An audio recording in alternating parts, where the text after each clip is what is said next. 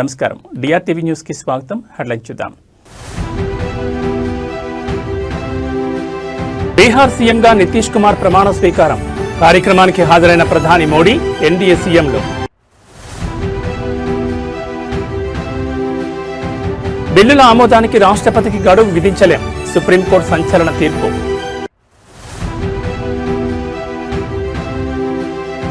అనిల్ అంబానీకి మరో భారీ షాక్. నవీ ముంబై, చెన్నై, పుణె, భువనేశ్వర్లోని ఆస్తుల అటాచ్.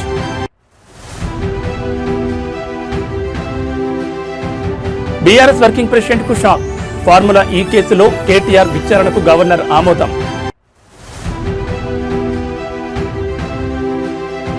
అక్రమాస్తుల కేసులో నాంపల్లి సీబీఐ కోర్టుకు వచ్చిన జగన్. సాధారణ ఎమ్మెల్యేగా కోర్టుకు హాజరైన మాజీ సీఎం. ఇక డీటెయిల్స్ చూస్తే బీహార్ ముఖ్యమంత్రిగా నితీష్ కుమార్ ప్రమాణ స్వీకారం చేశారు. రికార్డు స్థాయిలో ఆయన 10వసారి సీఎంగా బాధ్యతలు చేపట్టారు. బీహార్ ఎన్నికల్లో ఎన్డీఏ ఘన విజయం తర్వాత కొత్త ప్రభుత్వం ఈ రోజు కొలువు తీరింది. పాట్నా గాంధీ మైదానంలో జరిగిన కార్యక్రమానికి ప్రధాని నరేంద్ర మోడీతో సహా కేంద్ర మంత్రులు అమిత్ షా హాజరయ్యారు. ఎన్డీఏ ముఖ్యమంత్రులు, డిప్యూటీ సీఎంలు దేవేంద్ర ఫడ్నవీస్, ఏక్నాథ్ షిండే, చంద్రబాబు నాయుడు, యోగి ఆదిత్యనాథ్తో పాటు ఇతరులు హాజరయ్యారు. సీఎం నితీష్ కుమార్తో పాటు డిప్యూటీ సీఎంలుగా సామ్రాట్ చౌదరి, విజయ్ సిన్హాలు బాధ్యతలు చేపట్టారు. ఇటీవల జరిగిన ఎన్నికల్లో ఎన్డీఏ కూటమి భారీ విజయం సాధించింది. 243 సీట్లలో ఏకంగా 202 స్థానాలు కైవసం చేసుకుంది. బీజేపీ 89 సీట్లు, జేడీయూ 85 సీట్లు, చిరాగ్ పాస్వాన్ పార్టీ 19 సీట్లు, జీతన్ రామ్ మాంఝీకి చెందిన హెచ్ఏఎం పార్టీ, ఆర్ఎల్ఎం మిగిలిన స్థానాల్లో విజయం సాధించాయి. మరోవైపు ప్రతిపక్ష ఆర్జేడీ, కాంగ్రెస్ కూటమి కేవలం 35 సీట్లకు మాత్రమే పరిమితమై ఘోర పరాజయాన్ని చవిచూసింది. नीतीश कुमार सत्यनिष्ठा से प्रतिज्ञा करता हूं कि मैं विधि द्वारा स्थापित भारत के संविधान के प्रति सच्ची श्रद्धा और निष्ठा रखूंगा। मैं भारत की प्रभुता और अखंडता अक्षुण्ण रखूंगा।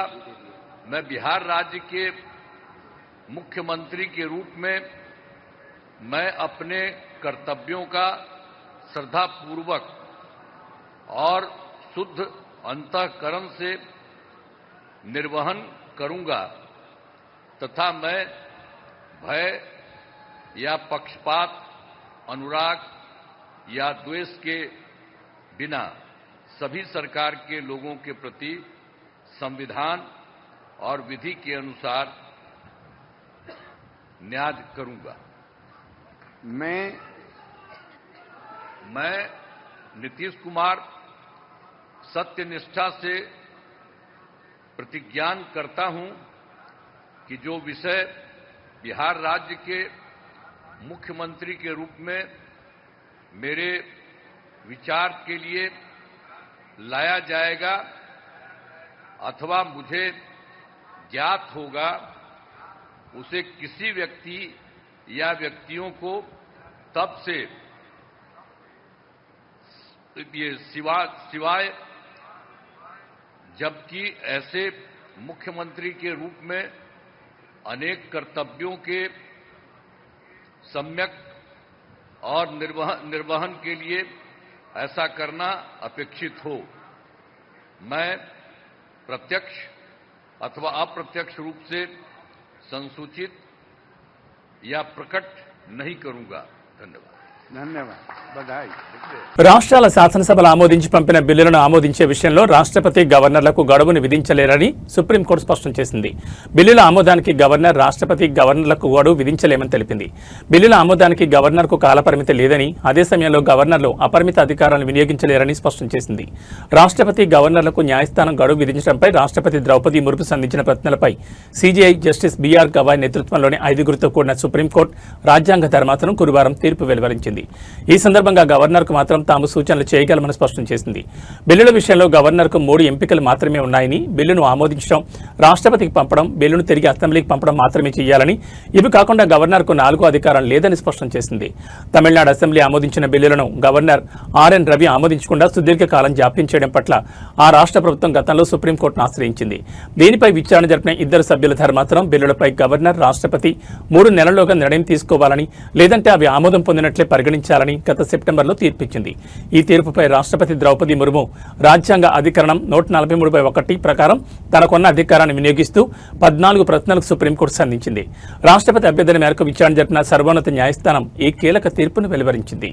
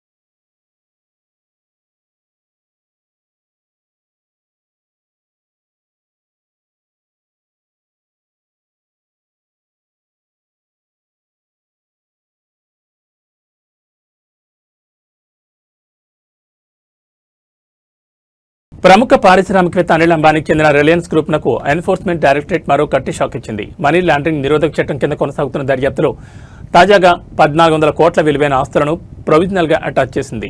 దీంతో ఈ కేసులో ఇప్పటి వరకు జప్తు చేసిన మొత్తం ఆస్తుల విలువ సుమారు 9,000 కోట్లకు చేరినట్లు అధికార వర్గాలు తెలిపాయి. ఈడీ తాజాగా జప్తు చేసిన ఆస్తులు నవీ ముంబై, చెన్నై, పూణె, భువనేశ్వర్లో ఉన్నట్లు సమాచారం.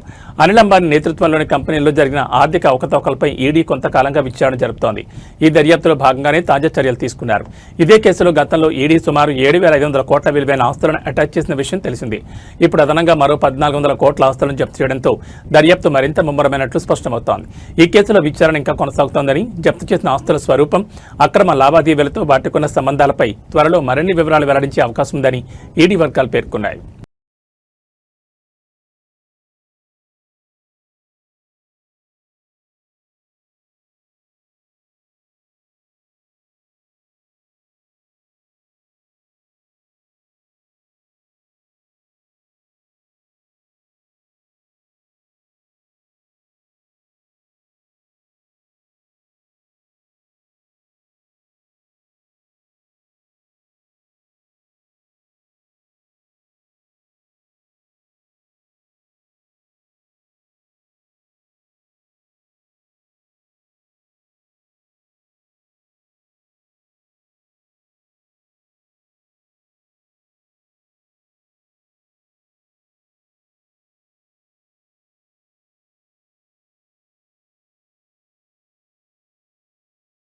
తెలంగాణ రాజకీయాల్లో సంచలనం సృష్టించిన ఫార్ములా ఈ కార్ రేస్ కేసులో కీలక పరిణామం చోటు చేసుకుంది.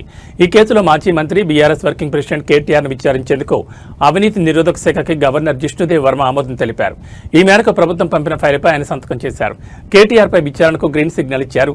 గవర్నర్ అనుమతి లభించడంతో కేటీఆర్పై అభియోగాలు నమోదు చేసేందుకు విచారణ చేపట్టేందుకు ఏసీబీ అధికారులు సిద్ధమవుతున్నారు. త్వరలోనే ఆయనకు నోటీసులు జారీ చేసి విచారణ ప్రక్రియను ప్రారంభించే అవకాశం ఉంది. విచారణ అనంతరం ఈ కేసులో ఛార్జ్షీట్ దాఖలు చేయాలని ఏసీబీ భావిస్తోంది. ఈ పరిణామంతో బీఆర్ఎస్ వర్గాల్లో తీవ్ర ఆందోళన మొదలైంది.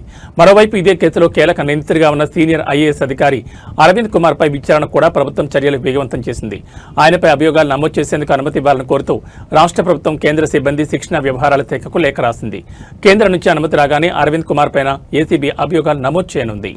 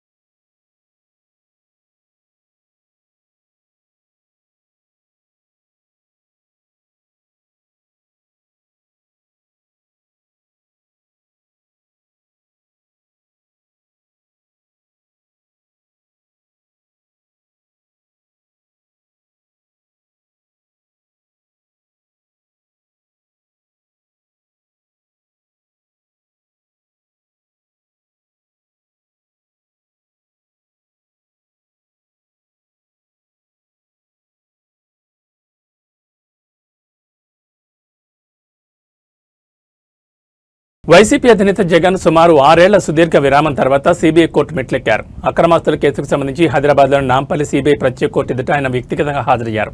ముఖ్యమంత్రిగా ఉన్నప్పుడు వ్యక్తిగత హాజరు నుంచి మినహాయింపు పొందిన జగన్ ఎన్నికల అనంతరం కూడా అదే మినహాయింపును కొనసాగించాలని కోర్టును కోరారు. అయితే ఆయన అభ్యర్థనను కోర్టు తిరస్కరించి విచారణకు తప్పనిసరిగా వ్యక్తిగతంగా హాజరు కావాలని ఆదేశించింది.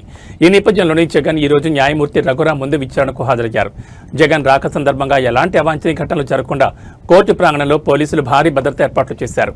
అక్రమాస్తుల కేసుకు సంబంధించి సీబీఐ మొత్తం 11 ఛార్జ్షీట్లు దాఖలు చేసింది. ఈ కేసుల్లో తమను తొలగించాలని కోరుతూ దాఖలైన సుమారు 130 డిశ్చార్జ్ పిటిషన్లు ఇంకా కోర్టులో పెండింగ్లో ఉన్నాయి. గతంలో ముఖ్యమంత్రి హోదాలో ఉన్నప్పుడు అధికారిక కార్యక్రమాల కారణంగా జగన్ కోర్టుకు హాజరు కాలేకపోయారు.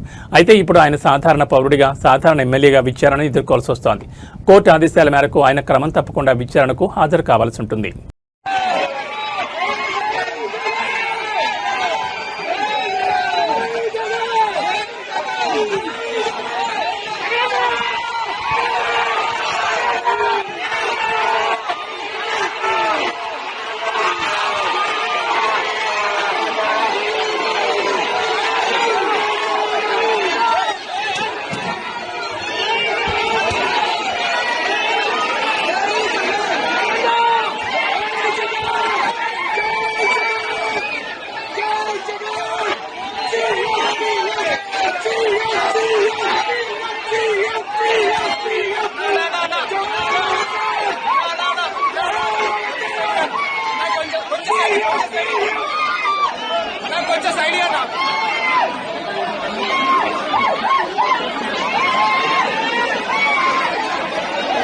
తెలుగు రాష్ట్రాల్లో సంచలనం సృష్టించిన ఐబొమ్మ పైరసీ కేసులో ప్రధాన నిందితుడు ఇమంది రవిని నాంపల్లి కోర్టు 5 రోజుల పోలీస్ కస్టడీకి అనుమతించింది.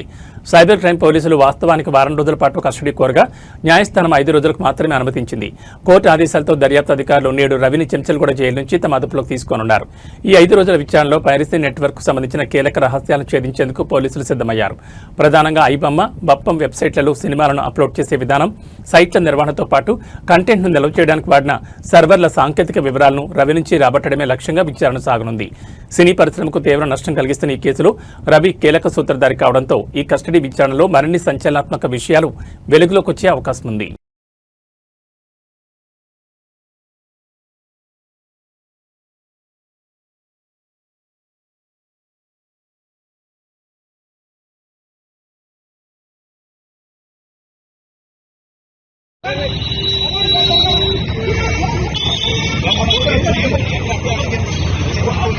रवि इधर देखो बेटा रवि भाई रवि रवि रवि कर जोड़ो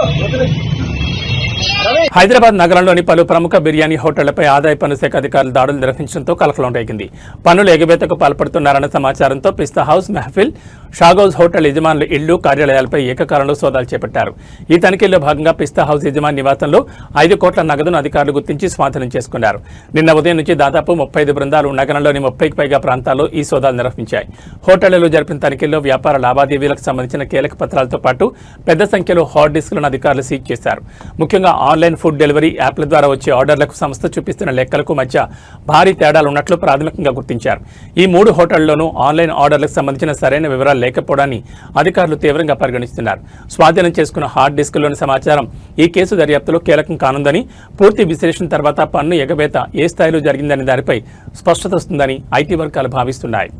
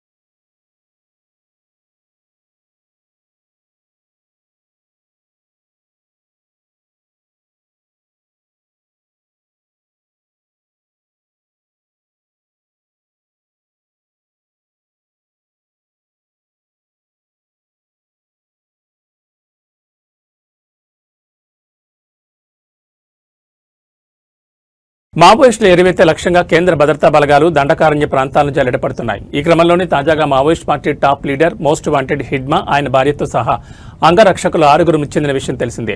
అయితే ఈ నెల 28 నుంచి 30 వరకు దేశంలో మావోయిస్టుల ఎరివేత ఆపరేషన్ కగార్ టెర్రరిస్ట్ దాడుల ఎజెండాతో ఆల్ ఇండియా డీజీపీల సమావేశం జరగబోతోంది. అప్పట్లోపై మావోయిస్టుల మాట వినిపించకుండా చేసేందుకు కేంద్ర ప్రభుత్వం శరవేగంగా ముప్పేట దాడికి ప్లాన్ చేస్తోంది. ఇక మావోయిస్ట్ అగ్రనేతల లొంగుబాటే టార్గెట్గా తెలంగాణ ఎస్ఐబి వ్యూహాలు రచిస్తోంది. మరోవైపు మావోయిస్ట్ పార్టీ మరో అగ్రనేత దేవ్జీ అలియాస్ తిప్పిరి తిరుపతి మల్లా రాజిరెడ్ల కోసం ఏఓబీలో కోంబింగ్ ఆపరేషన్ ముమ్మరంగా కొనసాగుతోంది. అయితే అనూహ్యంగా మావోయిస్టులు తిప్పిరి తిరుపతి మల్లా రాజిరెడ్లను కోర్టులో ప్రవేశపెట్టాలని తెలంగాణకు చెందిన గంగాధర్ అనే వ్యక్తి ఆంధ్రప్రదేశ్ హైకోర్టులో పిటిషన్ దాఖలు చేశారు. ఆ పిటిషన్లో ఈ నెల 18న పోలీసులు దేవ్జీ అలియాస్ తిప్పిరి తిరుపతి మల్లా రాజిరెడ్లను నిర్బంధంలోకి తీసుకున్నారని పేర్కొన్నారు. అయితే ఆ పిటిషన్ రేపు హైకోర్టు ధర్మాసనం ఎదుటకు విచారణకు రానుంది.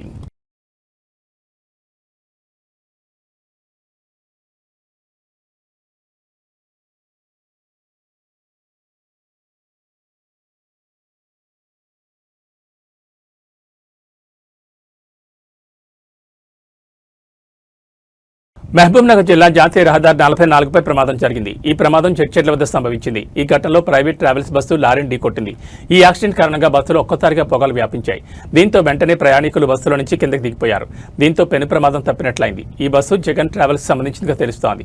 ఇక బస్సు ఢీకొన్న లారీ యాసిడ్ లోడ్తో వెళ్తున్నట్లుగా ప్రయాణికులు తెలిపారు. ఓ కారు దారి మధ్యలో అడ్డంగా రావడంతో ఈ ఘటన జరిగినట్లు బస్సులోని ప్రయాణికులు తెలిపారు. అదృష్టవశాత్తు ఈ ఘటనలో ఎలాంటి ప్రాణ నష్టం జరగలేదు. మరిన్ని వివరాలు ఇంకా తెలియాల్సి ఉంది.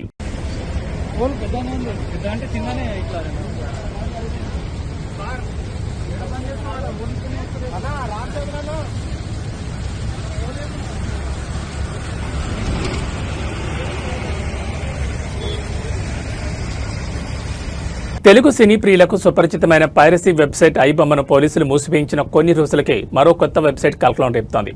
ఐబొమ్మ 1 పేరుతో దాదాపు అవే ఫీచర్లతో కొత్త సైట్ ప్రత్యక్షమవడం ఇప్పుడు హాట్ టాపిక్ గా మారింది. ఐబొమ్మ నిర్వాహకుడు రవి అరెస్ట్ తర్వాత ఈ వ్యవహారం ముగిసిపోయింది అనుకుంటున్న తరుణంలో ఈ పరిణామం చోటు చేసుకోవడం గమనార్హం. కొత్తగా ప్రారంభమైన ఐబొమ్మ 1 వెబ్సైట్ చూడడానికి అచ్చం పాత ఐబొమ్మ లాగే ఉంది. అయితే పాత సైట్లో కేవలం తెలుగు సినిమాలు మాత్రమే ఉండగా కొత్త సైట్లో ఇతర భాషా చిత్రాలు కూడా అందుబాటులో ఉంచారు. దీని వెనుక రవి అనుచరులు ఉండారా లేక మరెవరైనా ఉండారా అనే దానిపై స్పష్టత రావాల్సి ఉంది. ఈ కొత్త వెబ్సైట్లో ఏదైనా సినిమాపై క్లిక్ చేస్తే అది నేరుగా మూవీ రూల్స్ అనే మరో వైరసీ సైట్కు రీడైరెక్ట్ అవుతున్నట్లు గుర్తించారు. ఐబొమ్మ ఎకోసిస్టంలో సుమారు 65 మిర్రర్ వెబ్సైట్లు ఉన్నాయని వాటి ద్వారానే ఐబొమ్మ 1 ప్రచారంలోకి తెచ్చి ఉంటారని పోలీసులు అనుమానిస్తున్నారు. ఈ నేపథ్యంలో మూవీ రూల్స్, తమిళ్ ఎంవి వంటి సైట్లపైన చర్యలు తీసుకోవాలనే డిమాండ్లు వినిపిస్తున్నాయి. కాగా ఐబొమ్మ నిర్వాహకుడు ఇమంది రవి కేసు దర్యాప్తులో ఆసక్తికర విషయాలు వెలుగులోకి వస్తున్నాయి. అతడు తరచూ విదేశాలకు వెళ్లేవాడని, ఎవరినీ నమ్మకపోవడంతో ఇంట్లో పనివాళ్లను కూడా పెట్టుకోలేదని పోలీసులు గుర్తించారు.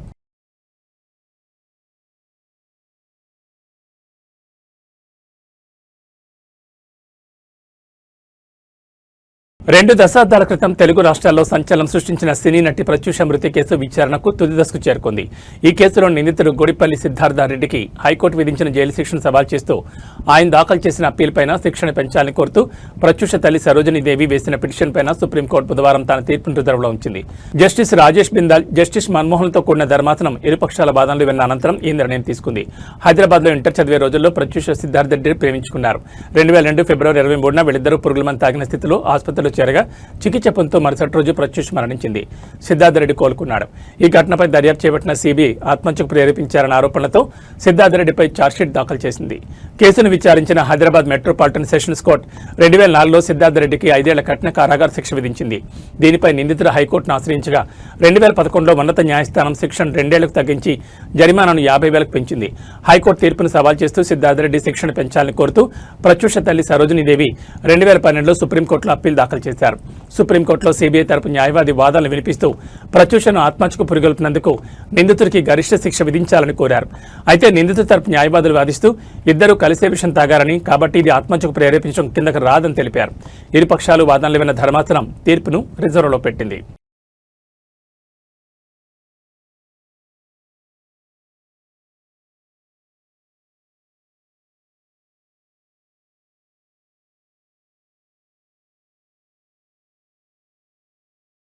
ఇవి ఈ బులెటిన్ విశేషాలు. మరో బులెటిన్లో మళ్ళీ కలుసుకుందాం. నమస్కారం.